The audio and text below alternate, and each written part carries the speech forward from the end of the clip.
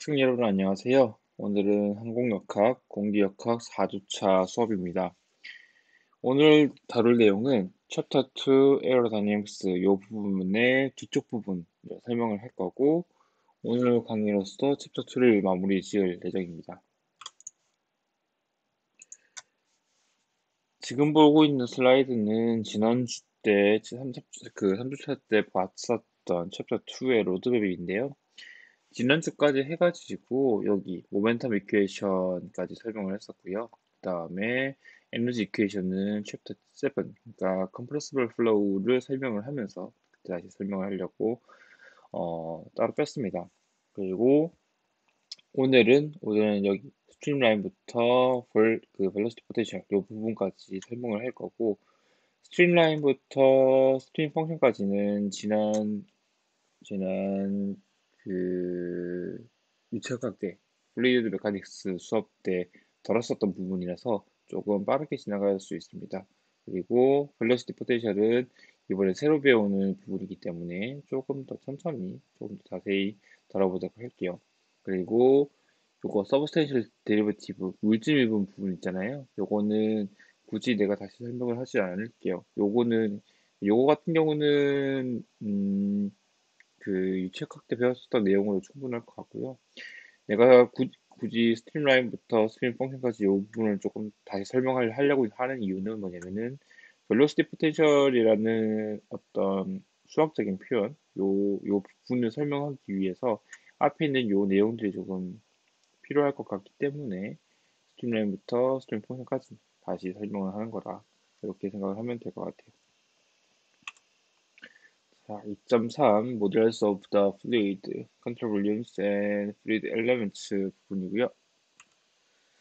2.12 Angular Velocity, Vorticity and Strain 부분인데 이 중에서 Strain 부분은 내가 굳이 설명을 하지 않겠습니다. 요거에 대해서는 오늘 강의에서 굳이 필요한 내용은 아니라서 Angular Velocity랑 Vorticity 부분에 대해서만 설명을 하겠습니다.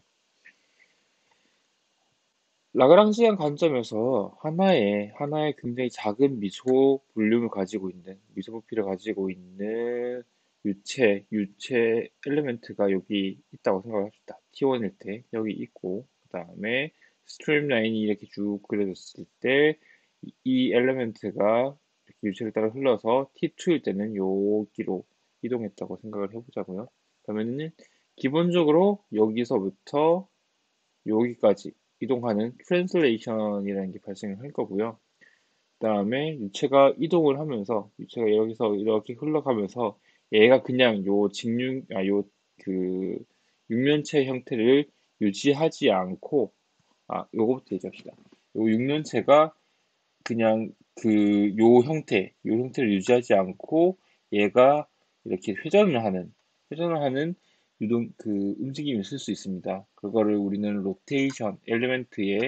유체 엘리멘트의, 플루이드 엘리멘트의 로테이션이라고 유체각각 시간 때 설명을 했었고요. 그래서 로테이션이 있을 수 있고, 그리고 이 유체 입자가 뭐 압력이라든지 아니면은 위아래 아니면은 뭐 각 면에 작용하는 그 점성력 때문에 디스토션, 그러니까 이렇게 찌그러지는 현상이 발생할 수가 있습니다. 그래서 T1일 때는 이렇게 좀 깔끔하게 이렇게 육면체 형상을 유지하고 있다가 T2가 되었을 때는 이런 식으로 찌그러지는 현상이 발생할 수도 있습니다. 그래서 이렇게 찌그러졌을 때는 로테이션이라든지 디스토션이라든지 이 두 부분이 동시에 발생했다 이렇게 볼 수도 있을 것 같고요.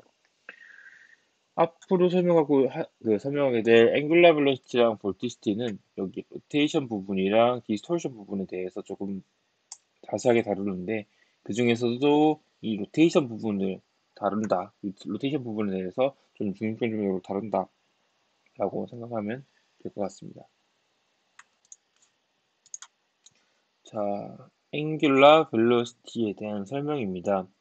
근데 그러니까 요 그림요, 학생들이 조금 익숙할지 모르겠어요. 사실은 유체각 시간대 로테이션 부분 그리고 그때 당시에 앵글러 디포메이션이라고 설명했었는데 그때 다뤘었던 내용과 똑같은 부분이고 그리고 요 그림도 되게 흡사한 형태를 띠고 있어요. 그래서 혹시 그때 당시에 앵글러 벨로시티랑 그다음에 그 앵글러 디포메이션 요런 부분에 대해서 조금 기억이 난다. 그래서 이 부분에 대해서 어떤 굳이 설명이 필요 없다라는 학생들이 있으면은 지금 있는 앵글러 벨로시티 부분, 요 부분까지, 앵글러 벨로시티 요 부분까지는, 아니다, 요까지는 설명을 조금 뛰어넘어도 될 것 같아요. 요까지가 앵글러 벨로시티 부분이거든요. 그래서 여기까지는 좀 생략을 해도 괜찮지 않을까라고 생각을 합니다. 어찌되었건, 타임 t일 때, 요런 직사각형의 유체 엘리멘트가 여기 존재한다고 생각을 해봅시다. 여기 존재를 하고요. 그 다음에 이 엘리멘트는 A점, B점, C점을 가지고 있다라고 가정을 해보자고요. 그랬을 때 A점은 X축 방향으로 U라는 벨로시티를 가지고 그 다음에 Y축 방향으로 V라는 벨로시티를 가진다라고 가정을 합니다. 가정을 하고 있고요. 그 다음에 C 같은 경우는 A점을 기준으로 벨로시티를 고려를 할 건데 어떻게 할 거냐? 유체각 시간대 내가 파이나이트 디퍼런스라는 개념을 설명을 하면서 얘를 기준으로 얘의 벨로시티는 얘의 값, 요 V에다가 더하기 X축만큼으로의 그레디언트 곱하기 미소 길이 dx를 곱해가지고 요런 식으로 표현한다라는 거 혹시 기억할지 모르겠어요. 요거는 사실은 파이나이트 디퍼런스 개념으로 설명을 한 거고 그걸로 설명합시다. 테일러 시리즈 익스펜션 있잖아요. 테일러 시리즈 익스펜션을 이용해서 기준점 여기 A점을 기준으로 해서 시점 벨로시티를 이제 테일러 시리즈 익스펜션을 이용하는데 그 중에서 첫 번째 텀만 가지고 들고 온 거예요. 나머지 텀들에 대해서는 생략을 하고요. 기억을 할지 모르겠지만 어찌됐건 요렇게 표현할 수도 있습니다. 요렇게 표현할 수도 있습니다. 굳이 그러니까 C라는 점이 가지고 있는 Y축으로의 velocity가 V가 아니라 뭐 W다 뭐 이런 식으로 표현할 수도 있지만 그렇게 안 하고 요 점을 기준으로 요렇게 표현할 수도 있다라고 우리는 생각할 수 있습니다. 테일러 시리즈 익스펜션을 이용해서 마찬가지로 B라는 점도 A점이 가지고 있는 X방향으로의 velocity인 U를 기준으로 U 플러스 어, U 플러스 라운드 Y 라운드 U 곱하기 DY를 해가지고 요쪽 X축 방향으로의 velocity를 테일러 익스펜션을 이용해서 A점을 기준으로 테일러 시리즈 익스펜션을 이용해서 이렇게 표현할 수가 있을 겁니다. 그리고 난 다음에 T 플러스 델타 T, 그러니까 델타 T만큼 물리적인 시간이 지나서 요 엘리멘트가 요렇게 이동했다고 생각을 해봅시다. 그러니까 트랜슬레이션을 요렇게 했고요. 그 다음에 요 라인, 요 DX 표현되어 있는 요 라인이 요렇게 찌그러졌고요. 요 부분에서 요렇게 올라갔고요. 요렇게 올라갔고, 그래서 올라간 요만큼의 각도를 델타 세타 2로 표현을 해놨고 그 다음에 요 부분 dy로 적힌 요쪽 이렇게 수직으로 떨어져 있는 요 AB 라인이 요렇게 요 라인이 요 라인이 요렇게 돌아가지고 요렇게 위치가 됐다고 생각을 해봅시다. 요렇게 됐다고 생각했을 때 요 사이각 변화한 요 사이각을 마이너스 델타 세타 1이라고 고려를 해봅시다. 여기에서 마이너스가 붙은 이유는 전체적으로 요 점을 기준으로 요렇게 왼쪽으로 그러니까 카운터 클락와이즈 시계 반대 방향으로 회전하는 것을 플러스로 잡았을 때 요 라인은 여기서 요 방향 그러니까 시계 방향으로 돌았기 때문에 앞에 마이너스를 붙여준 겁니다. 이해가죠? 그래서 얘는 반시계 방향으로 그냥 돌았기 때문에 여기서 이렇게 돌았기 때문에 플러스 델타 세타 2가 된 것이고 요 라인은 여기서부터 요렇게 시계 방향으로 돌았기 때문에 마이너스 델타 세타 1이 된다. 이렇게 생각을 하면 됩니다. 알겠죠? 그래서 델타 t만큼 물리적인 시간이 지났을 때 얘랑의 위치를 한번 고려를 해볼게요. 얘랑의 위치를 한번 고려를 해볼게요. 우선에는 y축 방향으로의 속도만 가지고요. 그러면 t일 때 얘의 위치가 여기이고요. 델타 t일 때의 얘의 y축의 위치는 여기가 되겠죠. 여기요, 여기. 이렇게 될 거잖아요. 그래서 얼마만큼 변했냐? 요만큼의 길이만큼 변했을 거다. 요만큼 길이만큼 변했을 거다. 그러면 요만큼의 길이는 얼마가 되겠느냐? 그러면 어떻게 계산할 수가 있을까요? 어떻게 고려할 수가 있을까요? t일 때의 속도가 v, y축 방향으로 v 속도고요. 그 다음에 델타 x만큼 변해서 얘가 요렇게 왔어요. 요렇게 왔어요. 그렇죠? 그러면 요만큼의 거리는 우리가 물리 시간 때 배웠던 것처럼 속도 곱하기 그러니까 지나간 시간을 곱해서 요렇게 표현할 수가 있겠죠. 요렇게 v의 델타 x만큼 곱해가지고 이렇게 표현할 수가 있을 거예요. 그렇죠? 마찬가지로 시점 같은 경우도 여기서 요만큼, 그러니까 얘에 대해서 y만큼 이렇게 이동해가지고 y축으로의 그 변화량만 고려했을 때는 여기서 요렇게 와서 여기서부터 여기까지의 거리가 될 것이고 여기까지의 거리는 요 속도에 델타 x를 곱한 값이 될 겁니다. 요렇게 될 겁니다. 그쵸? 그러면 얘는 시점이 델타 t만큼 이동했을 때, 델타 t만큼 시간이 지났을 때 y축 방향으로 이동하는 거리가 이렇게 될 것이고요. 그쵸? 그리고 t일 때는요. 시간 t일 때는 A와 A점과 C점의 y축 방향으로의 거리가, y축 방향으로의 코디네이트가 요만큼, 그러니까 여기서부터 요만큼, 그리고 여기서부터 요만큼이 같아서 그냥 그 y축으로의 그 상대 거리가 0이라고 가정을 했을 때, 델타 t만큼 지난 요 시점에서는 우리가 요만큼의 상대적인 거리가 발생을 할 겁니다.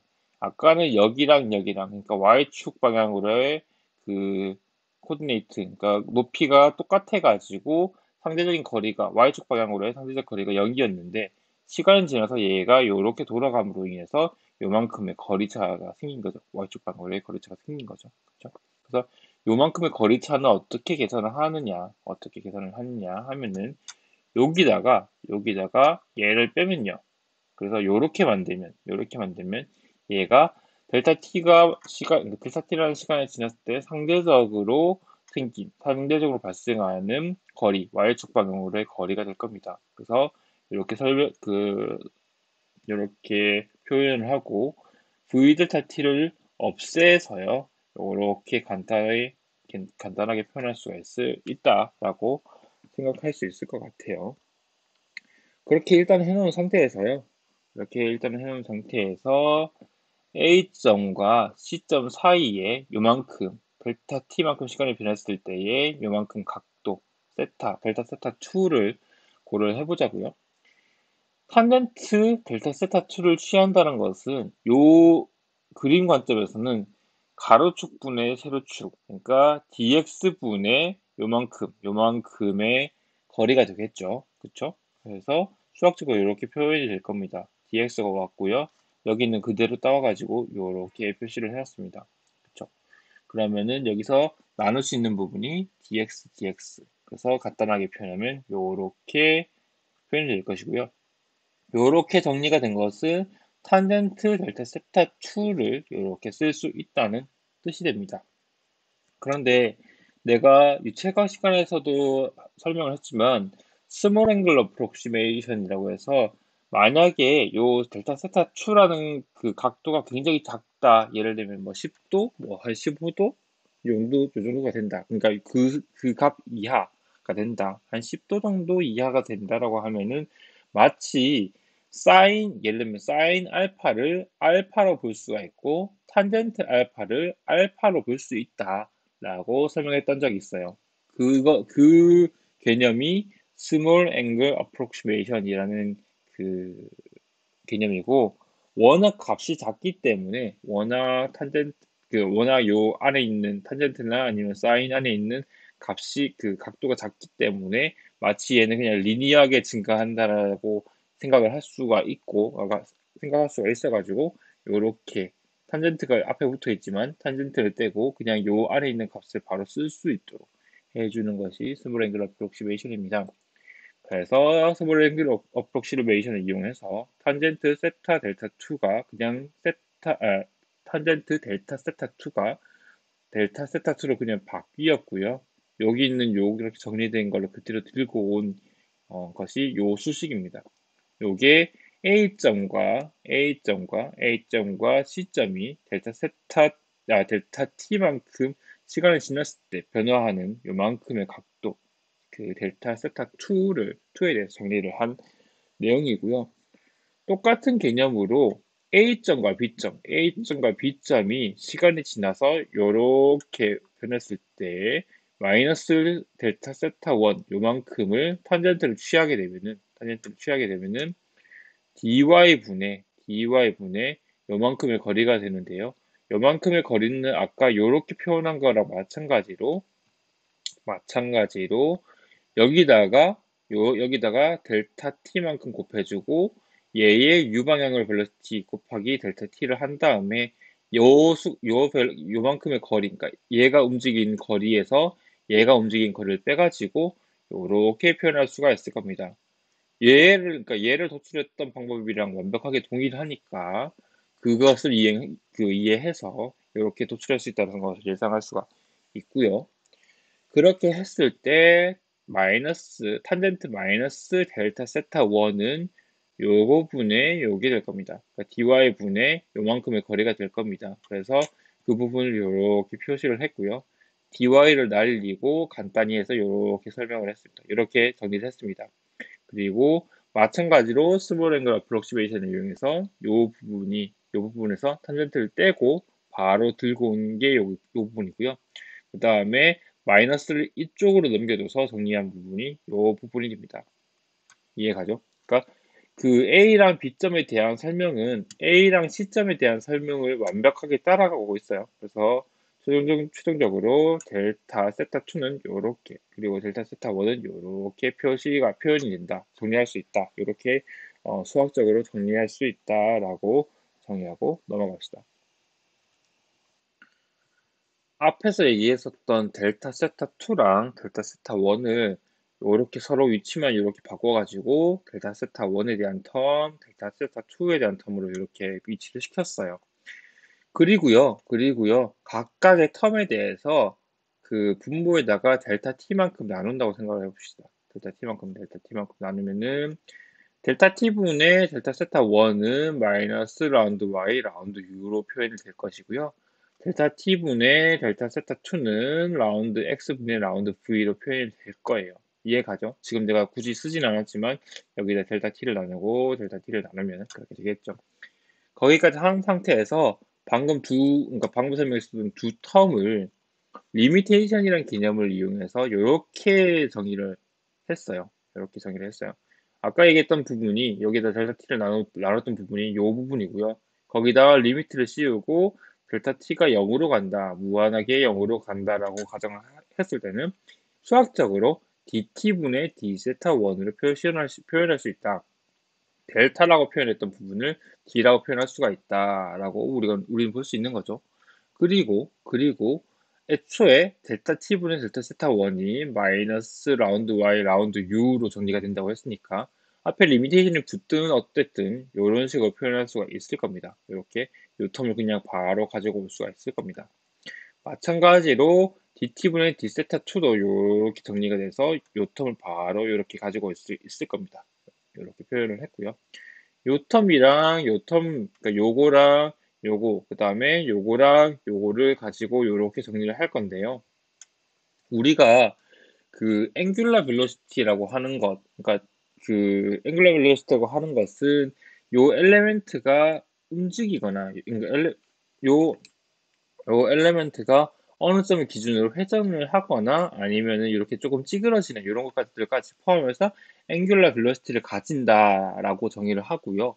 그 앵귤라 벨로시티의 그 값은 크기는 얘가 찌그러지는 얘가 요렇게 회전하고 있는 속도랑 얘가 얘 이렇게 회전하고 있는 속도의 평균값을 취한다라고 정의를 해놨습니다. 그래서 요거랑 요거랑 요거 두 개의 값의 평균을 내서 우리는 그것을 앵귤러 벨로시티라고 하자라고 정의를 한 거라는 뜻입니다. 이렇게 해놓고요. 요 dt분의 d세타 1, dt분의 d세타 2를 얘랑 얘로 그 전환해서 표현을 하면 이렇게 정리가 되겠죠. 이렇게 정리가 되겠죠. 그렇게 정리를 해놓고요.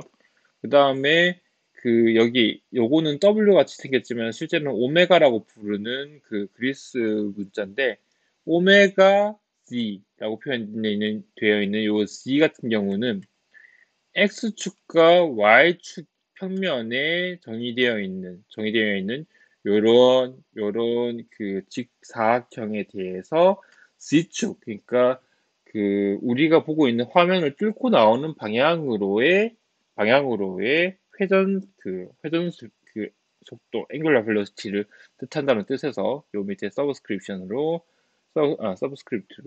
이렇게 G라고 표현을 한 겁니다. 요거에 대해서는 어렵지 않을 거라고 생각을 하고요.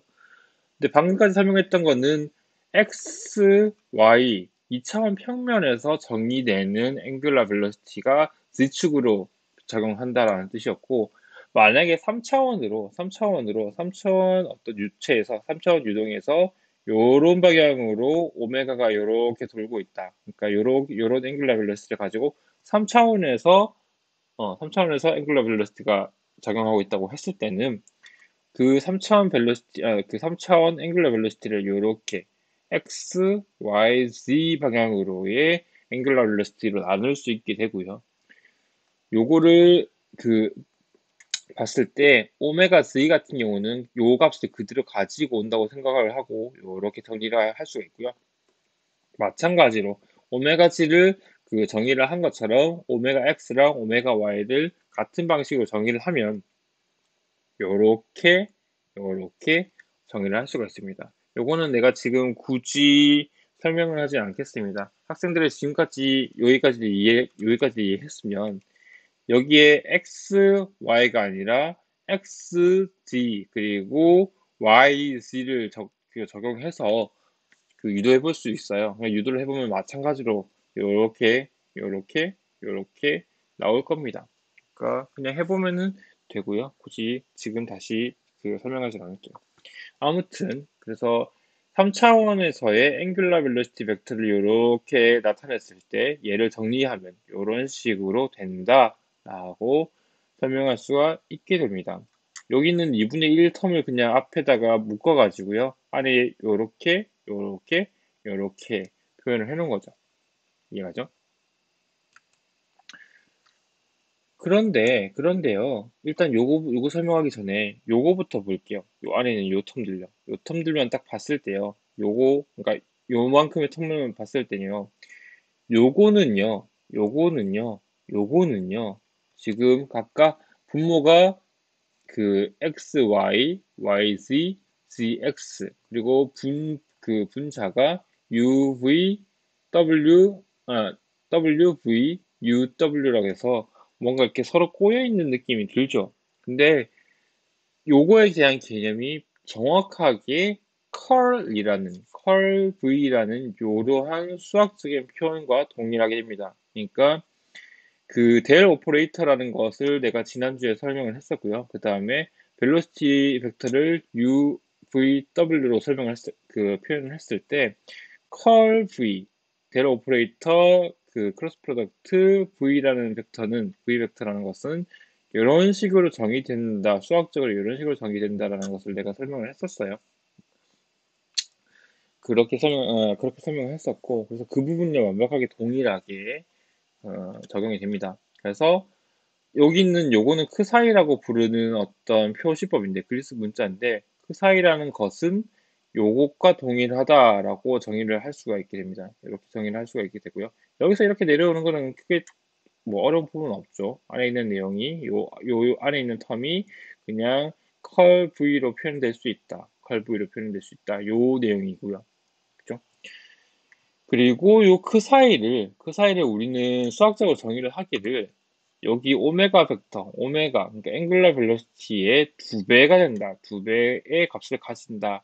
라고 우리는 정의를 해놨습니다. 이거는 그냥 수학적인 정의예요. 여기 보면 이렇게 는 해가지고 닭대기가 3개 그어져 있죠. 그래서 이거는 그냥 수학적인 정의입니다. 그래서 여기다가 2를 곱하고 여기다가 2를 곱해서 정의를 한 것이고, 밑에 분모에 2가 있기 때문에 각각을 날리게 되면 이런 식으로 정리가 될 거예요. 그쵸? 2배로 곱해가지고 이런 식으로 그냥 여기서 2분의 1에서 곱하기 2를 한 다음에 날린 거죠.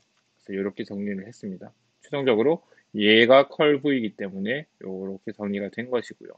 요거를 우리는 볼티시티라고 부를 겁니다. 앞으로 여기 그 사이 요렇게 표현된 얘를 그 사이라고 부르고, 그 수학적인 의미에서 볼티시티라고 부를 겁니다. 볼티시티.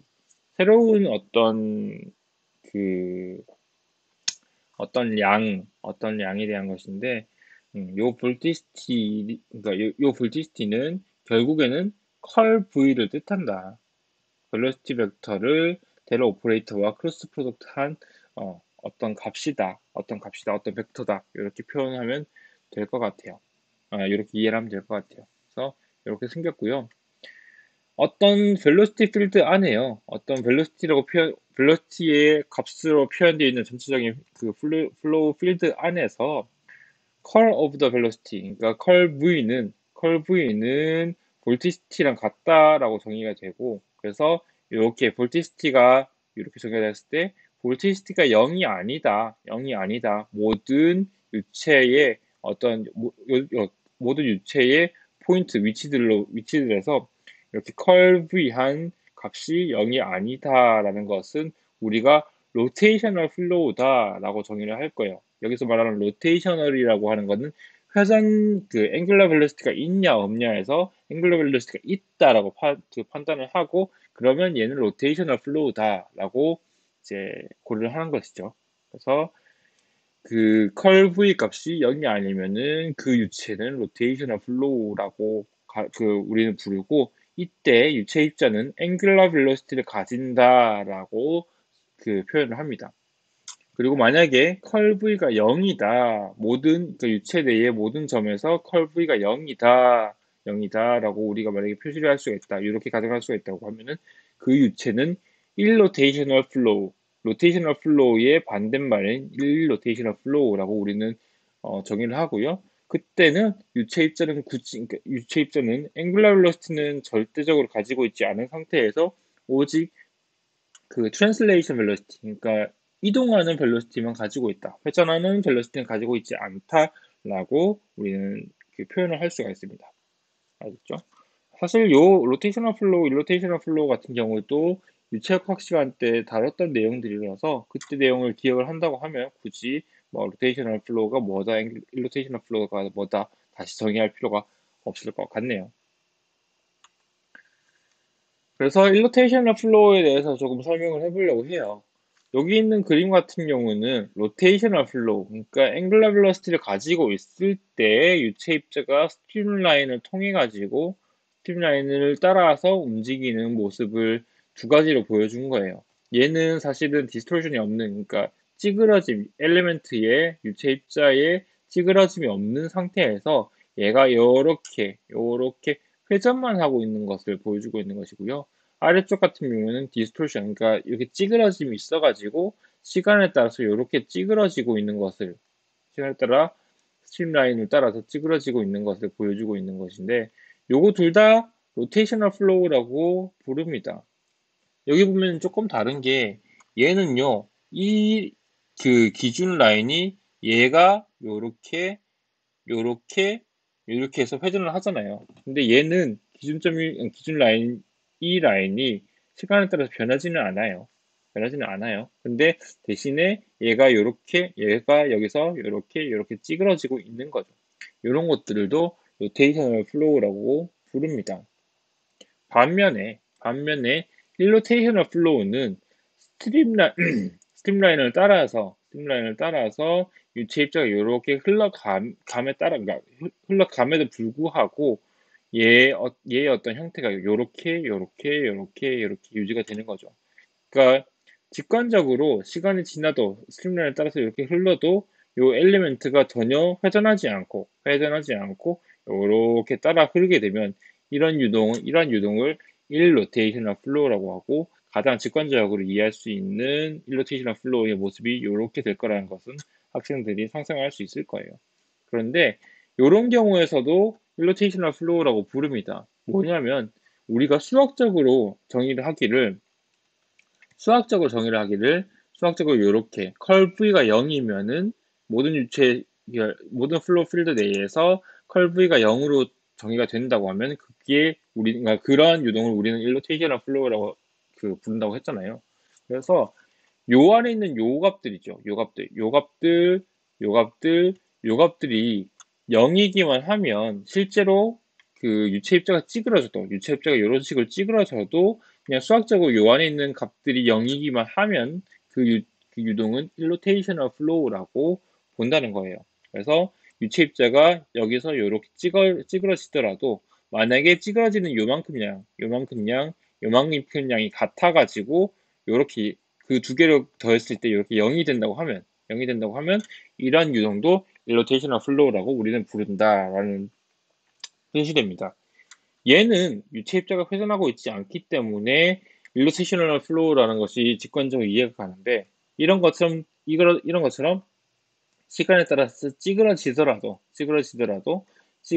양이 서로 같으면은 얘를 일로테이셔널 플로우라고 부른다. 이 부분에 대해서는 조금 이해하기가 애매하죠. 근데 물리적으로 이해하기는 좀 어려운데 수학적으로는 이러한 유동도 일로테이셔널 플로우다. 이렇게 이해를 하면 될 것 같아요. 일로테이셔널 플로우는요, 수학적으로 로테이셔널 플로우보다 훨씬 간단한 수식을 쓰기 때문에, 유체에 대해서 훨씬 간단하게 다룰 수가 있어요. 일로테이셔널 플로우를 로테이셔널 플로우보다 훨씬 수학적으로 간단하게 다룰 수가 있습니다. 이런 장점을 가지고 있고요.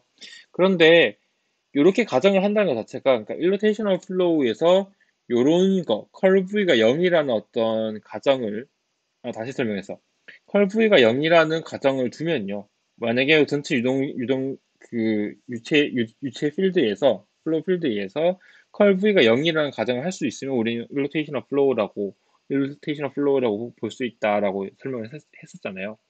그래서 그 말 그대로 컬브이가 0이라는 가정을 한다는 것 자체가 이 일로테이셔널 플로우가 굉장히 스페셜한 케이스가 아닌가라고 생각할 수가 있고, 그래서 얘는 굉장히 스페셜한 케이스니까 어떤 실제 유동에 적용하기가 되게 어렵지 않을까라고 많이들 생각을 해요.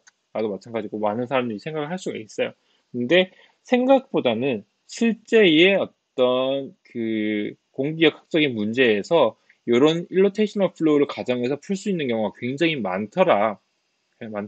예를 들면은 레이논즈 넘버가 높은 유체 내에서 에어폴 주위를 지나고 있는 그 아음속 유동 같은 경우에는 일로테이셔널 플로우 가정을 할 수 있다. 컬브이는 0이라는 가정을 할 수가 있더라.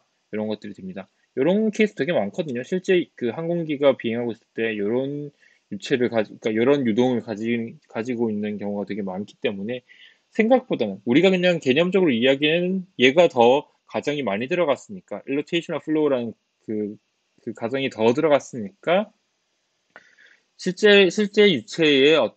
실제 유체의 움직임에 대해서 적용하기가 그러니까 되게 제한된 어떤 어플리케이션에 대해서만 일로테이셔널 플로우 가정할 수 있을 것 같다라고 생각을 하지만 실제로는 그런 케이스가 되게 많아서 되게 많기 때문에 유용한 가정이다라고 설명할 수가 있을 것 같아요. 그렇게 우리가 이해를 하면 될 것 같아요. 그래서 이러한 프랙티컬한 케이스가 많기 때문에 이러한 많은 케이스들에 대해서는 일로테이셔널 플로우 가정을 할 수가 있고 그러면 훨씬 로테이셔널 플로우보다는 우리가 고려하기가 편하다는 거죠. 이러한 장점 때문에 일로테이셔널 플로우를 우리가 굳이 배우려고 하는 거예요. 그 공격학 수업에서 그 항공역학 수업에서 일로테이셔널 플로우를 다루는 이유입니다. 이해가죠? 그 다음에 2.13 circulation이라는 것을 내가 설명을 할 건데요. 이 circulation 같은 경우는 그 학생들이 앞에서 봤었던 요거 볼티시티를 조금 더 확장한 개념이라고 생각하면 됩니다. 근데 그 circulation을 설명하기 이전에 circulation이라는 수학적인 어떤 정의를 내려서 어떤 그 정의를 내린 뒤에 사용했었던 사람들 3명을 한번 소개를 해볼게요. 요거는 그냥 편하게 들어주면 될 것 같아요. 이 사람은 프레드릭 렌체스터라고 해서 영국 사람이고요. 살아온 생년, 요거는 굳이 얘기는 안 할게요. 프레드릭 렌체스터라고 하는 영국 사람이고, 이 사람은 아마 빌 앨름 쿠타라고 표현하나요? 내가 저걸 몰라서, 그, 독일어를 몰라서. 어쨌건, 영어로 표현하면 윌헬름 쿠타라는 사람이고요. 그 다음에 이 사람은, 그러니까 독일 사람이고요. 그 다음에 러시아 사람인 니콜라이 추코프스키라는 사람입니다. 세 사람 모두 굉장히 옛날부터, 굉장히 1800년부터 어떤 서큘레이션이라는 어떤 개념을 정립해서 사용한 사람들이고요. 특히나 여기 보면 쿠타라는 사람이랑 추코프스키라는 사람 어디서 이름 많이 들어본 것 같지 않나요? 학생들 혹시 유체과 시간 때는 안 했을 것 같고 저기 항공우주학 개론에서 배웠을지 모르겠어요. 쿠타 추코프스키 시어렘이라고 해서 그 항공역학에서 굉장히 유명한 시어렘 하나가 있거든요. 그것들을 발견한 사람들이 이 쿠타라는 사람이랑 추코프스키라는 사람입니다. 추가적으로 이 렌테스라는 사람도 마찬가지로 서큘레이션이라는 것을 정의를 했었고요. 그래서 굉장히 항공역학 그 입장에서는 굉장히 중요한 사람들이라고 생각을 하면 될 것 같아요. 어쨌든 요런 사람들이 서큘레이션이라는 것을 수학적으로 정의해서 사용했는데 이것은 그냥 단순히 뭐 물리적인 어떤 설명을 한다기보다는 수학적인 툴로서 사용을 한 거예요. 서큘레이션이라는 것을 수학적인 툴로서 만들어서 사용을 했는데 왜 사용을 했냐?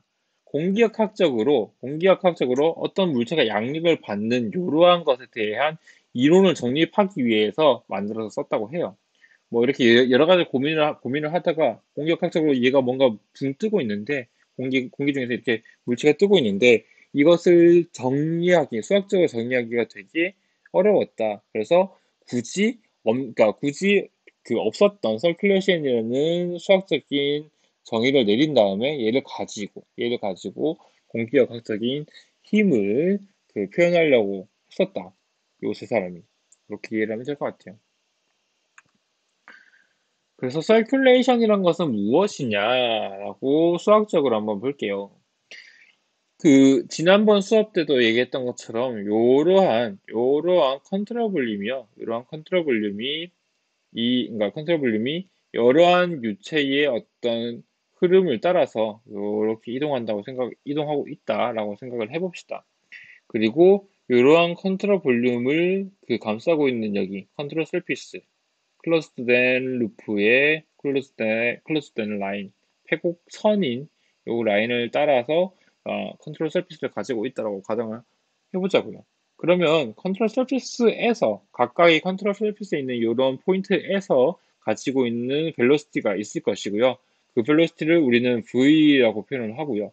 V라는 표현을 하고, 예를 들면은 여기 이점을 기준으로 반시계 방향으로 이렇게 회전하는 것을 우리는 컨트롤 서피스, 요 패곡선의 어떤 세그먼트를 이런 식으로 수입한다라고 표현하는데, 그래서 여기서부터 쭉 이런 방식으로 우리가 수입을 하고 있을 때 요점에서의 수입하는 방향이 이렇게 될 거기 때문에 여기서의 미소 길이, 여기서부터 미소 길이에 대한 벡터, 미소 길이 여기서부터 여기까지의 거리의 요 길이에 대한 벡터를 요런 식으로, 요 방향으로 나타낼 수가 있을 거예요. 속도에 대해서는 물리적으로 이해가 가는데 DS라는 게 조금 DS라는 게 이해가 안 간다 싶으면은 요러한 폐곡선을요, 그냥 요만큼 자른 다음에, 요만큼 쪼갠 다음에 그 방향성을 요렇게 잡았다. 요 길이는 요만큼 DS만큼 보고 그 방향을 이렇게 잡았다라고 생각하면 됩니다. 그냥 반시계 방향을 잡았다라고 생각하면 될 것 같아요. 그래서 DS를 이렇게 정의를 한다고 했을 때 여기서부터요 이렇게 쭉 수입을 해가지고 여기까지 올 때까지 V 벡터랑 DS 벡터를 내적한 다음에 인테그랄을 한 거예요. 그러니까 여기서 말하는 요 폐곡선에 대한 C라는 폐곡선에 대해서 인테그랄을 수행한다는 것이 여기서부터 쭉 요렇게 인테그레이션을 한다는 것이고요. 그래서 벨로시티 벡터랑 DS 벡터를 내적한 것을 인테그럴 한다. 거기다가 마이너스를 붙인다라는 것을 수학적으로 서큘레이션이라고 정의를 해놓는 겁니다. 이게 그 그리스 문자로 라지 감마라는 어떤 그리스 문자인데 그 라지 감마라고 표현되는 요것이 서큘레이션을 표현하는 수학적인 그 문자고요. 그래서 서큘레이션은 벨로시티 벡터랑 ds 벡터의 내적을 그 클로즈된 루프를 따라서 그 인테그레이션을 한 것이다. 거기다 마이너스를 붙인 것이다. 라고 요 세 사람이 정의를 한 거죠. 요거는 뭐 물리적으로 어떻게 됐다 이런 것도 생각하지 말고 그냥 수학적으로 이렇게 정의를 했대요. 알겠죠? 그런데 지난주 수업 때 내가 스톡스 시어렘이라고 해가지고 그 하나의 라인 인테그랄을 이렇게 두 개의 서피스 인테그랄로 바꿀 수 있다, 수학적으로 바꿀 수 있다라는 설명을 했었어요. 뭐 어떻게 바꾸는지에 대해서는 자세하게 하진 않았지만 어쨌든 스톡스 시어렘이 요렇게 생겼기 때문에 마찬가지로 감마에 대한 요 텀을 요렇게 바꿨어요. 요렇게 이해가죠? 요렇게 바꿨어요. 이렇게 바꿔놓은 상태에서요. 요것과 요거에다가 그냥 그 디퍼런셜을 한 거죠. 미소값에 대해서 표현을 해봐라 라고 해서 그 감마를 D 감마로 바꿔놨고요. 인테그레이션 되어 있는 텀에 대해서 미소값을 표현하라고 하는 것은 여기 있는 인테그레이션을 그냥 떼는 거거든요. 없애버리는 거거든요. 그래서 요 안에 있는 텀만 가지고 나오면 이렇게 표현이 될 거예요. 그렇죠? 이렇게 표현이 될 거고요. 참고로 여기서 보면요. 요거부터 설명을 해야겠네요. 지금 보면요. 얘도 마찬가지인데, 그러니까 요 왼쪽에 있는, 스톡스 시어렘의 왼쪽에 있는 텀은 스몰 ds, 그러니까 d에다가 스몰 s가 붙은 것이고요.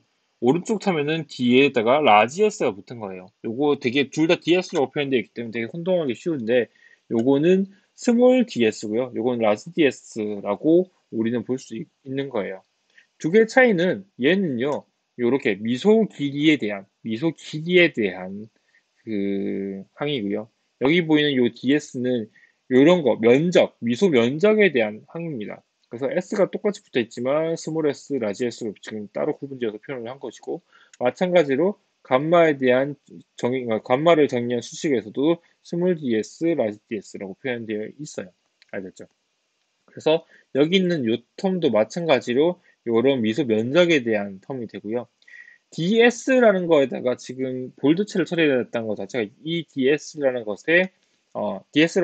것에 대한 벡터잖아요. 그래서 요 벡터는 어떻게 정의를 하느냐, 요 DS라는 벡터는 어떻게 정의를 하느냐고 하면 그 DS라는 요만큼의 면적을 가지고 있고 요 면적의 노멀한 방향으로 그 유닛 벡터를 가지고 있다고 했을 때 요 유닛 벡터에다가 DS라는 어떤 스칼라 값을 곱한 요 텀을 우리는 DS 벡터라고 부를 겁니다. 알겠죠? 요 텀이 DS 벡터다. 그래서 요렇게 설명이 된다라고 표현을 해놓은 거라고요. 그리고 DS라는 것이 스칼라 값이고 D감마라는 것이 스칼라 값이기 때문에 얘를 그냥 요렇게 나눴어요. 요렇게 나누고 그 다음에 마이너스들을 요렇게 넘겨주면 요렇게 생겼고요. 그러니까 왼쪽 텀 요만큼을 그대로 요렇게 들고 온 거고 DS를 요렇게 나누고 마이너스 값을 요렇게 옮겨줘가지고 요렇게 표현을 해놨어요. 그냥 수학적으로 요렇게 표현할 수가 있대요. 이해가죠? 예.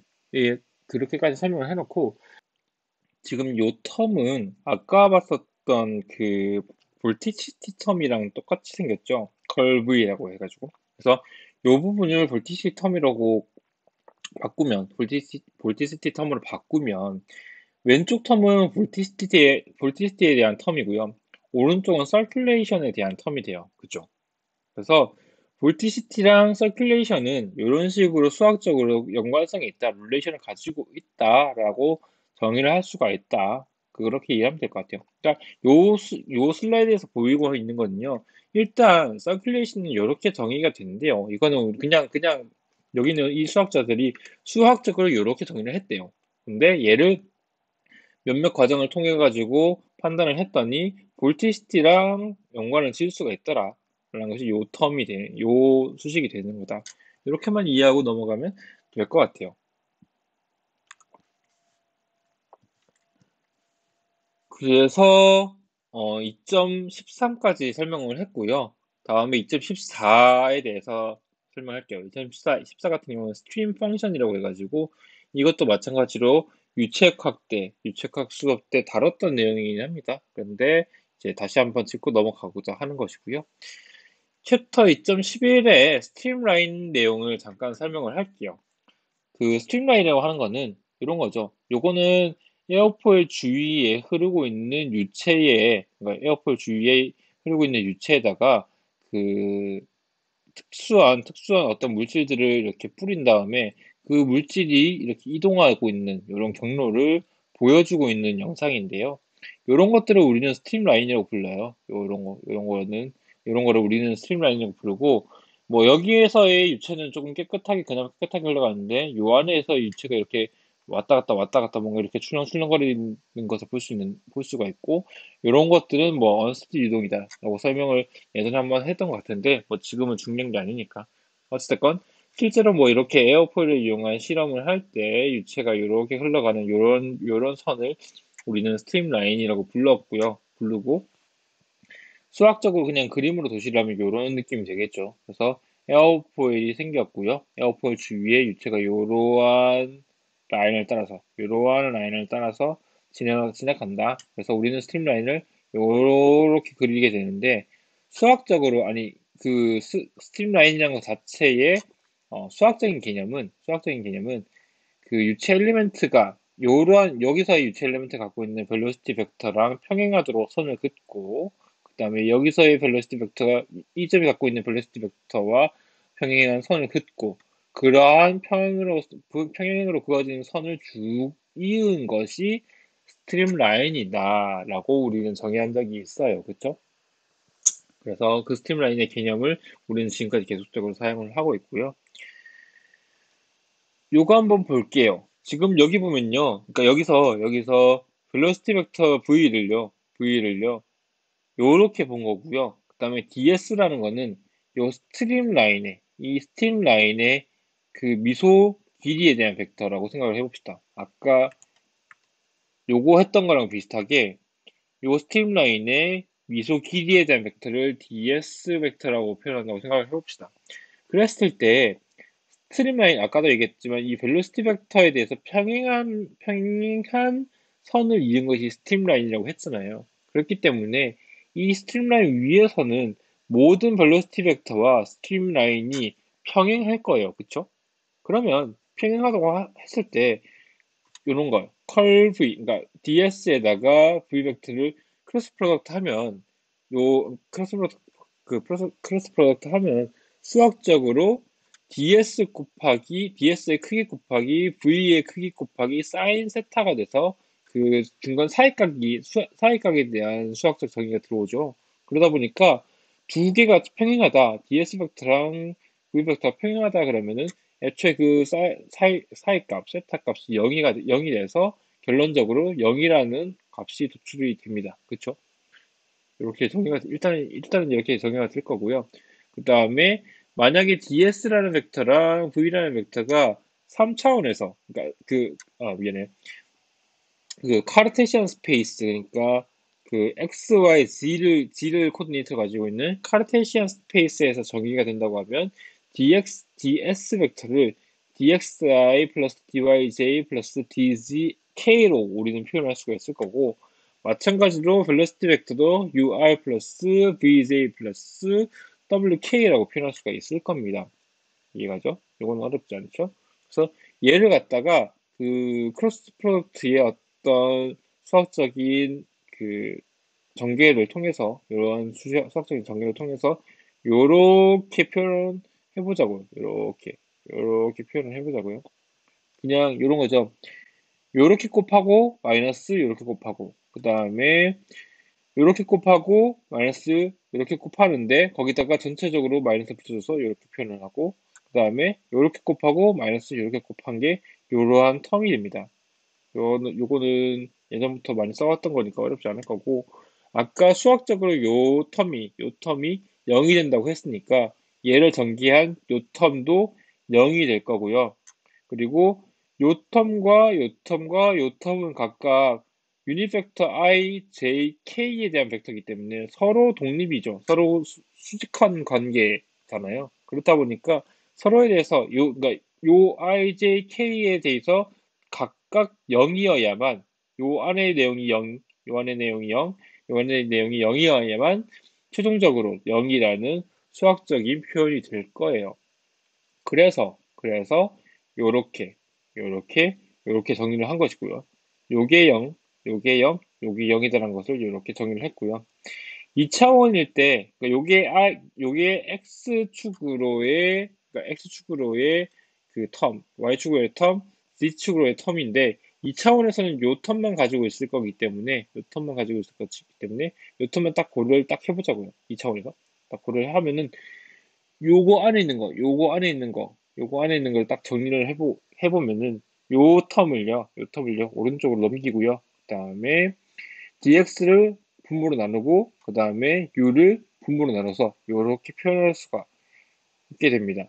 dx분의 dy는 u분의 v라고 표현을 할 수가 있고, 학생들이 유체학 시간에 배웠던 그거랑 동일해요. 스팀라인에 대한 그 수학적인 정의가 이렇게 된다. 그것을 방금까지 설명을 한 것입니다. 요거를 그 2차원의 어떤 스팀라인을 이렇게 그려놓고, 어떠한 특정한 점에서의 기울기, 그레디언트라고 표현할 수 있고, 아니면 벨로시티 벡터가 이렇게 왔을 때 벨로시티 벡터와 평행한 라인이 그려지는 것을 이렇게 수학적으로 정리를 할 수가 있다 라고 이해를 하면 될 것 같고요. 얘의 수학적으로 이렇게 딱 봤을 때 오른쪽 텀은 u랑 v, 그러니까 벨로시티에 대한 텀이고, 왼쪽 텀은 dx, dy, 뭐랄까, 거리에 대한 텀이잖아요. 그래서 이러한 거리에 대한 텀, 그리고 요 dx분의 dy라고 표현되어 있는 것은 요 점에서의 그 그레디언트, 기울기가 되기 때문에, 이러한 기울기를 u와 v라는 속도의 항으로 표현할 수가 있다. 이런 것이 스팀라인의 어떤 특징이라고 생각을 하면 될 것 같아요. 아마 여기 있는 내용 자체는 그 유체각대에서의 내용이랑 동일하기 때문에, 뭐 굳이 그때의 내용을 잊고 뭐 새롭게 정의한다 이렇게 생각한다기보다는 그때 내용을 기억을 하면서 상기를 하면서 이렇게 정의가 되더라, 이러한 수식을 가지고 있더라, 그 정도만 이해하고 넘어가면 될 것 같아요. 그리고 유체학 시간에서도 내가 다뤘었지만, 만약에 스팀라인이 이렇게 그려진다, 요렇게 그려지고 요렇게 그려지면 유체의 운동은요, 요 스팀라인 사이로 요렇게 움직이게 되고, 스팀라인을 뚫고 지나가는 애들은 없다라고, 물리적으로 뚫고 지나가는 애들은 없다라고 설명을 했었어요. 그쵸? 그거랑 똑같습니다. 지금 내용도 완전히 똑같은데, 스텝라인이 요렇게 생겼고 요렇게 생겼을 때 이러한 지점들, 요 점에서의 속도 성분은 요런 식으로 나오게 될 것이고, 요 점에서의 속도 성분도 요렇게 나올 것이기 때문에, 애초에 요 점에서의 속도 벡터가 요렇게 흘러가고, 여기서의 속도 벡터가 이렇게 간다는 것은 여기서 이렇게 나가는 속도 벡터가 만들어지지 않는다는 뜻이 되겠죠. 여기서의 속도 벡터가 이렇게 아예 정의가 돼버렸으니까. 그래서 물리적으로 두 개의 스트림 펑션 사이에서의 유체는 스트림 라인을 따라서 흐르게 되고 스트림 라인을 뚫고 지나가는 애들은 없다라고 저기를 한다는 것이죠. 그리고 하나의 스트림 라인에 대한 스트림 펑션을 요렇게 정의를 하고요. 각각의 스트림 펑션은 요렇게 정의되어 있는 스트림 펑션은 하나의 어떤 컨스턴트한 값을 가진다라고 정의를 한 것이 요런 스트림 라인입니다. 요러한 스트림 라인. 하나의 요러한 스트림 라인은 요러한 스트림 라인은 C2라는 어떤 컨스턴트 값을 가진다. 그리고 요러한 스트림 라인은 C1이라는 컨스턴트 값을 가진다. 라고 정의를 하게 되고, 스트림 펑션이 컨스턴트다라고 우리는 말로 표현하게 됩니다. 그래서 두 개의 스트림 라인 사이에서 유체가 이렇게 흘러갔을 때, 양쪽에 있는 요 스트림 펑션 값을 가지고 요 사이를 흘러가는 유체의 유량, 매스 플로우를 표현할 수 있다라고 유체역학 시간에서도 얘기를 했었고, 그러니까 이렇게 매스 플로우에 대해서 고려를 할 때 유체는요 특정한 어떤 선을 기준으로 수직하게 지나가는 벨로시티를 고려해서 매스 플로우로 정의한다라고 볼 수가 있고, 매스 플로우라는 것 자체가 로의 v의 a, 그러니까 여기서는 2차원이고 요 높이만을 고려했기 때문에 그냥 델타 n이라고 표현을 해놨는데, 로 VA, 밀도, 속도, 면적을 곱한 것을 매스 플로우라고 우리는 정의를 하죠. 그래서 이렇게 표시를 해놓은 것이고요. 요만큼 그 A라는 에어리어라는 항목을 델타 N이라고 이렇게 표현을 해놓은 것이고, 델타 N을요 dx랑 dy로 쪼개서 한번 보자고요. dx랑 dy로 한번 쪼개서 보면은 요 벨로시티가 쪼개서 보고, 그리고 이 v라는 벨로시티도 u와 v로 쪼개서 한번 쪼개서 보자고요. u 벨로시티, v라는 벨로시티라고 쪼개서 보면은 u라는 벨로시티를 가지고 dy라는 어떤 에어리어를 거쳐가는 유량이 하나가 있을 것이고요. 그 다음에 그러니까 v라는 수직한 방향으로의 속도를 가지고 요만큼 ds만큼의 어떤 그 에어리를 가진 부분을 지나가는 유체가 있을 것이고요. 근데 여기서는 그 요러한 방향에서 이쪽 방향, 마이너스 방향으로 이만큼 이동한 것이기 때문에 마이너스 델타 x로 지금 표현을 해놓은 거예요. 그래서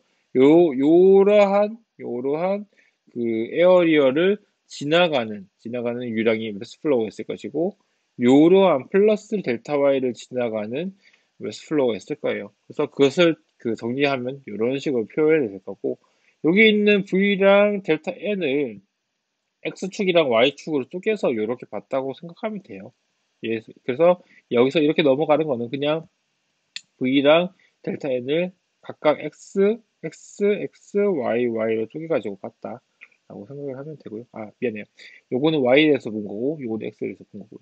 아무튼 이렇게 쪼개서 봤다고 생각하면 되고, 만약에 그 델타를 그냥 아주 작은 미소 길이로 본다고 했을 때는 델타가 수학적으로 d라고 표현돼서 이렇게 정리가 될 거고요. 델타 y가 dy로, 델타 x가 dx로 표현이 될 것이고,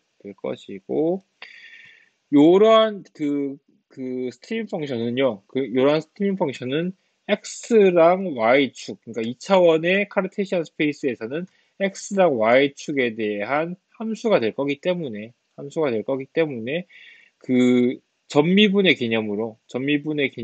물론 여기 그 타임 텀은 없지만, 전미분의 개념으로 d 스팀 펑션이란 것은 라운드 x 라운드 펑션 dx 플러스 라운드 y 라운드 펑션 dy로 표현할 수가 있을 것이고, 이 위에 있는 요 텀과 요 텀이 같다고 봤을 때, 요 안에 있는 그냥 같다고 봤을 때, 요 안에 있는 요 텀이 될 거고요. 아, 미안해요. 요 텀이 될 거고요. 그 다음에 요 텀이 될 거예요. 그쵸? 그래서 그 두 텀들을 이렇게 정리를 할 수가 있게 될 겁니다. 요거 그 유출각 시간에서는 요거 로텀이 없을 거고요. 위에는 요 바가 없을 거예요. 기억을 할지 모르겠는데, 예, 그렇게 됐었던 스트림 펑션을 우리는 봤었고, 그래서 U라는 벨로시티를 우리가 만들고 싶을 때는, U라는 벨로시티를 우리가 그 보고 싶을 때는 스트림 펑션을 Y축에 대해서, X축에 해당하는 U 벨로시티에 대한 텀을 보고 싶을 때는 스트림 펑션을 Y축에 대해서 미분하면, 편미분하면 U라는 벨로시티를 가질 수 있다. 그리고 V라는 벨로시티는 X축에 대해서 Y축에 해당하는 Y축에 적용되는 V라는 벨로시티를 보고 싶을 때는 스트림 펑션을 X축에 대해서 미분한 다음에 X축에 대해서 미분한 다음에 마이너스를 붙여주면 된다라고 설명을 했었을 거예요. 그렇죠? 그래서 그것에 대한 어떤 전개, 수학적인 전개는 이렇게 된다라고 이해를 하면 될 것 같아요. 그렇게 됐었고요. incompressible flow에 대해서는요, incompressible flow에 대해서는 그냥 로텀을 고려하지 않기, density 고려하지 않기 위해서 그냥 양쪽에 그냥 로텀을 나눠줬어요. 양쪽으로 로텀을 나눠줘서 로텀이 없고, 대신에 그 위에 있는 요렇게 바라고 생겨있는 요렇게 생겨있는 요 텀을 그냥 없애가지고 바 없이 요렇게 표현을 해놨어요. 그래서 우리가 눈으로 익히 알고 있는 U velocity, V velocity를 이제 스트림 펑션으로 정의되어 있는 요로 텀으로 나타낼 수가 있게 되고요. 그리고 스트림 펑션에 대해서 잠깐 보면은 스트림 펑션 자체는요. 이러한 스트림 펑션 자체는요.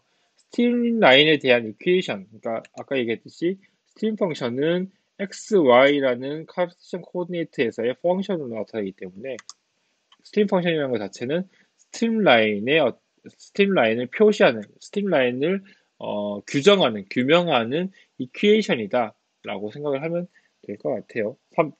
물론 이게 그 카르테시안 스페이스인지 아니면 실린드리컬 스페이스인지 아니면 스피리컬 스페이스인지 이런 것들에 대해서는 크게 관계없이 어떠한 공간 내에서 정의되는 펑션이기 때문에 스트림라인을 규정하는 이큐에이션이다. 스트림 펑션이. 그렇게 이해를 하면 될 것 같고요. 그 다음에 아까 요 수식에서도 볼 수 있지만 플로우 벨로시티, U라는 벨로시티, V라는 벨로시티는 스트림 펑션을 가지고 미분해서 디퍼런시에이션을 가지고 어, 알아낼 수 있다라고 우리는 알고 있잖아요. 그래서 그래서 그 부분에 대한 장점에 대해서 잠깐 설명을 할 건데요. 일단요, 이 스트림 펑션에 대한 정의를 가지고 오지 않고 그냥 U라는 벨로시티와 V라는 벨로시티만 딱 보고 판단했을 때는 이 두 개 텀이 둘 다 언노운일 거예요. 어떠한 플로우 필드 안에서 특정 위치에서의 U, V 벨로시티는 각각 그냥 언노운일 거예요. 그냥 변수가 될 거라고요. 그러면 요 두 텀을, 요 두 개, U라는 것과 V라는 언노운을 알기 위해서는, 두 개의 언노운을 알기 위해서는 두 개의 이퀘이션이 필요하게 될 겁니다. 뭐가 될지 몰라요. X축, Y축으로의 모멘텀 이퀘이션일지 뭐가 될지 모르지만, 어찌됐건, 이 두 개의 언노운을 그, 찾기 위해서, 알아내기 위해서는 두 개의 이퀘이션이 필요할 건데요.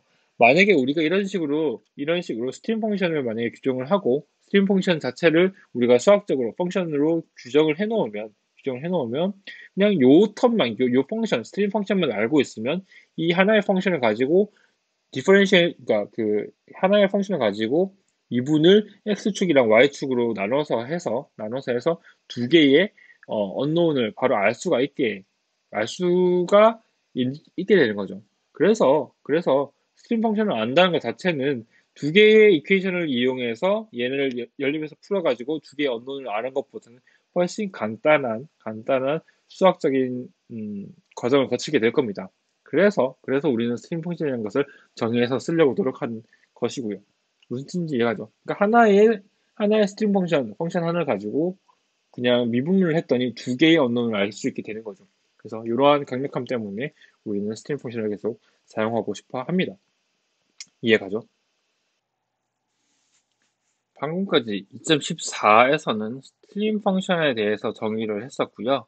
2.15는 velocity potential이라는 새로운 정의를 가지고 올 건데, velocity potential은 스트림 펑션이랑 되게 비슷하게 생겼어요. 물론 개념적으로 조금 다르긴 하지만 생긴 것이 비슷하기 때문에 너무 어렵게 이해할 필요는 없을 것 같아요.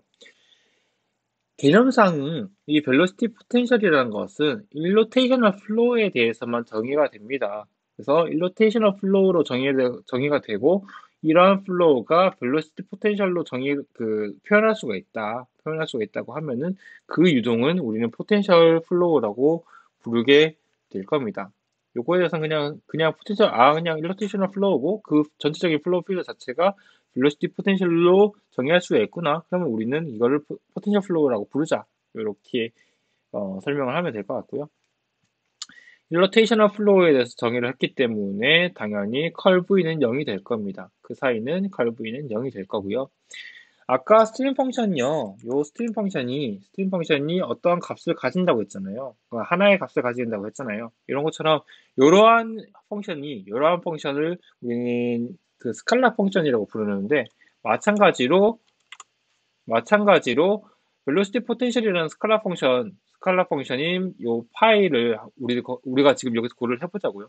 그러니까 요 파이라고 적혀 있는 거는 velocity potential이라는 것이고, 얘는 2차원 카르테시안 스페이스에서는 펑션 x, y로 표현된 애라고 보면 될 것 같아요. 그래서 이렇게 스칼라 펑션으로 고려를 했을 때 얘에 대한 그레디언트는 벡터로 표현이 될 거고요.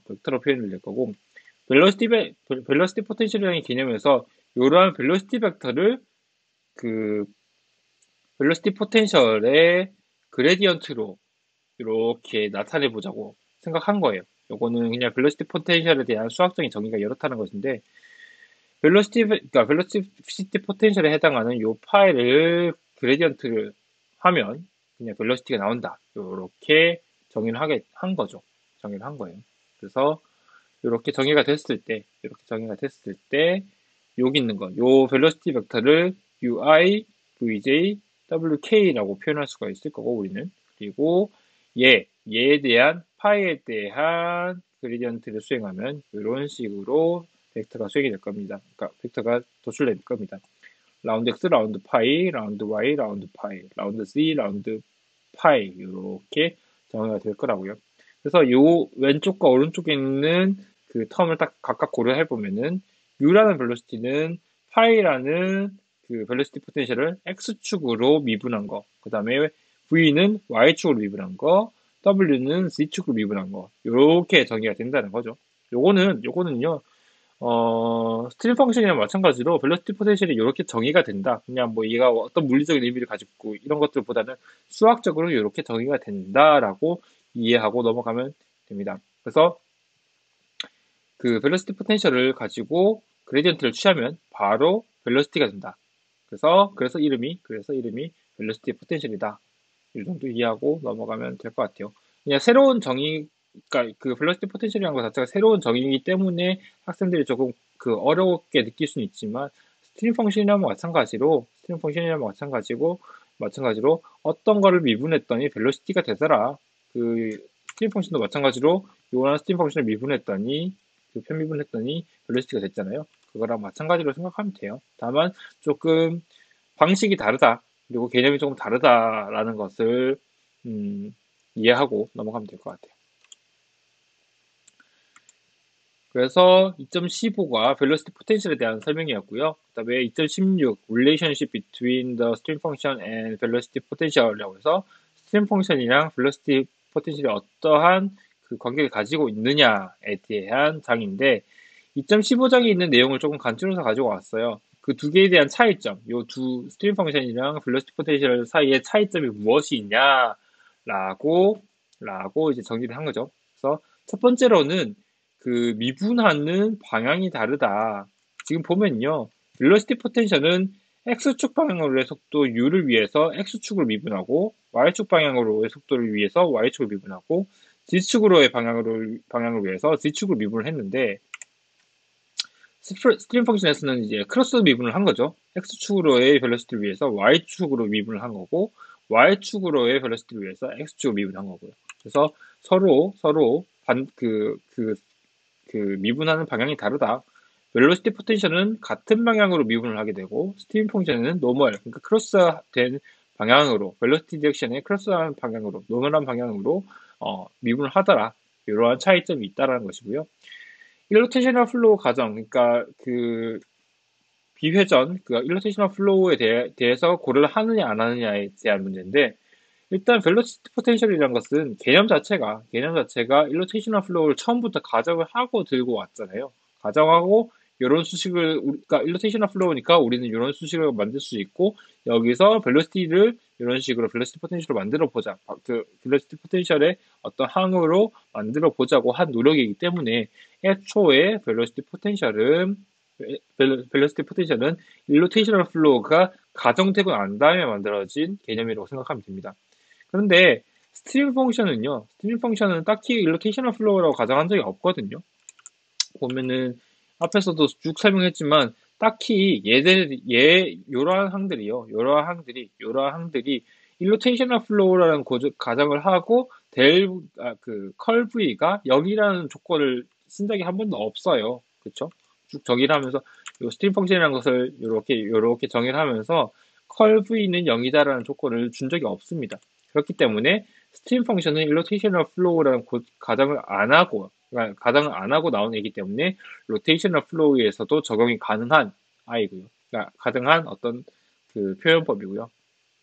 그런 차이가 있고 그 필드 디멘전, 그러니까 그 그러니까 플로우 필드가 몇 차원까지 가능하느냐, 몇 차원까지 정의가 됐냐라는 것을 봤을 때는 벨로시티 포텐셜은요 3차원 유동까지 가능해요. 3차원 유동까지 가능해서요.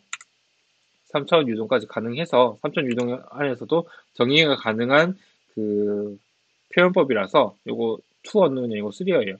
3개의 언노운을 가지고 있을 때 U, V, W라는 3개의 벨로시티에 대한 언노운을 가지고 있을 때 벨로시티 포텐셜 하나만 알고 있으면 그 벨로시티 포텐셜이라는 펑션 하나만 알고 있으면 걔를 미분해서 3가지의 언노운을 알 수 있게 되는 거죠. 그래서 되게 강력한 어떤 수학적인 그 방식이 될 것이고 스팀 펑션 같은 경우에는 오직 2차원에 대해서만 정의를 할 수가 있어요. 그러니까 2차원까지만 정의를 할 수가 있게 됩니다. 물론 특수한 케이스로 뭐 축대칭 유동 이런 것들에 대한 3차원 그러니까 그러한 축대칭의 어떤 3차원 유동에 대해서는 스트림 펑션을 3차원에서도 정의를 할 수가 있지만 그런 케이스가 아니라 일반적인 어떤 3차원 유동에 대해서는 스트림 펑션을 정의할 수가 없게 됩니다. 얘는 오직 2차원에 대해서만 이렇게 정의를 하게 됩니다. 그래서 지금까지 쭉 보면은 스트림 펑션은 무조건 U랑 V만 보여지게 되는데 벨로시티 포텐셜은 U, V, W까지 다 정의를 하고 있죠. 그런 차이가 있고요. 그리고 스트림 펑션과 벨로시티 포텐셜 사이의 관계가 어떻게 되는지에 대해서 설명을 하고 이제 마무리를 할게요. 요거는요 2차원의 관내 유동이에요. 이렇게 지금 파란색으로 보여지는 게 관의 그 벽면이고요. 유체가 요렇게 흘러간다고 봅시다. 요렇게 흘러간다고 보고요. 그 다음에 초록색 선은 유체가 가지고 있는 스트림 펑션, 유체의 어떤 플로우를 유동의 방향을 나타내고 있는 스트림 펑션을 요렇게 표현한다고 생각을 해보자고요. 그래서 각각의 스트림 펑션이 갖고 있는 값은 C1, C2, C3 이렇게 표현이 된 것이고요. 그렇게 했을 때 요 하나의 스트림 펑션을 지나가는 유동에 대해서는 스트림 펑션의 값이 그냥 하나의 값으로 컨스탄트 값으로 고정이 되잖아요. 그래서 요 스트림 라인 위에서는 스트림 펑션의 미분값이 0이 될 겁니다. 왜냐면은 이 스트림 펑션 자체가 컨스턴트인데 어떤 상수값인데 그것에 대한 미분을 한 것이니까 당연히 0이 되겠죠. 그 가정을 가지고 있고 스트림 펑션을 미분한다는 것 자체가 이런 식으로 미분을 하는 거죠. 편미분 x 스트림 펑션에다가 dx를 하고 거기다 더해서 스트림 y에 대해서 편미분하고 거기다 dy를 곱한 것. 요런 텀이 될 거고 요 텀이 0이라는 텀이 될 거고요. 0이라는 텀이 될 거고 스트림 펑션의 정의에 의해서 요 텀은 마이너스 v가 될 거고 요 텀은 u가 될 겁니다. 그쵸? 이렇게 될 거고 요런 텀이 스팀 라인을 따라서는 0이 될 거고요. 그쵸? 그래서 결론적으로 아까 그 스팀 펑션에서 봤었던 dx분의 dy는 u분의 v로 표현된다. 요런 수식이 도출된 거잖아요. 그쵸? 그거랑 마찬가지로 하나의 어떤 다른 정의, 그러니까 벨로시티 포텐셜을 위해서 다른 정의를 하나를 볼 건데, 이거는 뭐냐면 이퀴 포텐셜 라인이라고 해서 포텐셜 값이 포텐셜 펑션, 그러니까 벨로시티 포텐셜의 값이 어떤 그 컨스탄트한 값으로 정의되는 요런 라인들이에요. 요렇게 빨간색으로 쭉쭉쭉쭉 그어져 있는 요런 라인인데, 요런 라인을 우리는 이퀴 포텐셜 값이 같다고 해서 이퀴 포텐셜 라인이라고 부를 겁니다. 이해가죠? 그렇게 했을 때 위에 있는 그 스팀 펑션에서의 어떤 그 항목처럼 그 벨로시티 포텐셜을 미분을 한 요러한 수식을 0으로 우리는 보게 될 겁니다. 왜냐하면은 우리는 요 이퀴 포텐셜 라인, 그러니까 포텐셜이라는 벨로시티 포텐셜이 컨스턴트한 어떤 요러한 라인 위에서 고를 하고 있기 때문에 마찬가지로 스팀 펑션이랑 마찬가지로 요러한 라인 위에서 우리가 지금 고를 하고 있기 때문에 벨로시티 포텐셜을 미분을 하면 그 값은 0이 될 겁니다. 그렇죠? 그리고 요 텀은 u 벨로시티에 대한 텀이 될 거고 요 텀은 v 벨로시티에 대한 텀이 될 겁니다. 그죠? 이렇게 정리가 될 거고요. 그래서 요거를 정리하면 벨로시티 포텐셜이 컨스턴트한 라인 위에서는 요러한 수식을 가지게 될 거예요. 요러한 수식을 가지게 될 거예요. 이해가죠? 그냥 요거 넘기고 그 분모에 대해서 쭉쭉 나눠주면 이런 식으로 될 거고요. 요거랑 한번 볼게요. 요것도요, dx분의 dy라는 것도 어떤 선의 기울기였잖아요. 그러니까 스팀 펑션, 요 기울기였잖아요. 그리고 마찬가지로 이퀴포텐셜 라인을 통해서 나온 요 항목도 마찬가지로 기울기일 거예요. dx분의 dy니까. 근데 대신에 이거는요, 하나의 그 스팀 라인 위에서 정의된 그 그레디언트고요. 그러니까 그 기울기고요. 요거는 하나의 이퀴포텐셜 라인에서 정의되는 기울기예요. 그래서 요 두 개의 기울기를 딱 비교를 해보면은 요러한 관계를 가지게 될 거예요. 요러한 관계를 가지게 될 거고요. 요거는요, dx분의 dy가 되고요. 얘는요, dy분의 dx가 돼요. 그러니까 서로 분모랑 분자가 서로 반대가 된다는 거죠. 기울기에서 분모랑 분자가 반대가 된다는 거는요, 그 분모랑 분자가 서로 반대가 된다는 것은 서로 직교한다는 뜻과 마찬가지가 됩니다. 이렇게 직교한다는 것과 마찬가지가 돼요. 그래서 이 초록색 선을 스팀 펑션이라고 우리가 보고, 빨간색 선을 이퀴포텐셜 라인이라고 보았을 때, 그 초록색 라인을 스팀 라인으로 보고, 빨간색 선을 그러니까 이퀴포텐셜 라인으로 봤을 때, 두 개의 라인은요, 이렇게 만나는 이런 지점은요, 각각 수직이 돼요. 왜냐면 서로 반대되는 개념, 그러니까 반대되는 그 기울기를 가지고 있기 때문에, 각각 요렇게 뭐 일부분에 대해서는 조금 그 수직으로 안 보일 수 있지만 이퀴포텐셜 라인의 어떤 기울기랑 스팀 라인의 기울기는 어느 위치에서든 이렇게 만나는 지점에 대해서는 각각 수직이 됩니다. 이러한 관계들을 가지고 있게 돼요. 그래서 그렇게 보면 되고, 그 다음에 유체의 운동의 입장에서 봤을 때는 유체의 운동은 스트림 펑션을 따라서 이렇게 흘러가게 되고요. 이렇게 따라서 흘러가게 되고, 이퀴포텐셜 라인의 입장에서 봤을 때는요, 이퀴포텐셜 라인의 입장을 봤을 때는 이퀴포텐셜 라인의 수직한 방향으로 유체가 흘러가게 됩니다. 요렇게. 왜냐면은 이 유체는 스트림 라인을 따라서 흐르게 되는데, 스트림 라인이 이퀴포텐셜과 수직하니까, 그러니까 결국에는 유체 입자가, 유체의 운동이 이 이퀴포텐셜 라인의 수직한 방향으로 이렇게 흘러가게 될 거예요. 그러한 어떤 그 관계가 있다. 스팀 펑션과 벨로시티 포텐셜을 봤더니 스팀 펑션과 벨로시티 포텐셜의 관계를 봤더니 거기서 도출되는 스팀 라인과 그 포텐셜 라인은 서로 수직이 되고 유체의 운동은 그 스팀 펑션이 컨스턴트한 그 방향으로 흘러가게 되고 반대로 이큐포텐셜 라인, 그러니까 컨스턴트한 이큐포텐셜 라인을 수직하게 뚫고 가는 어떤 유체의 방향으로 흘러가게 된다.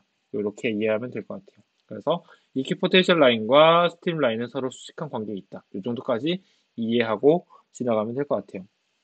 알겠죠? 그래서 여기까지 해가지고 2장을 마무리를 했고요.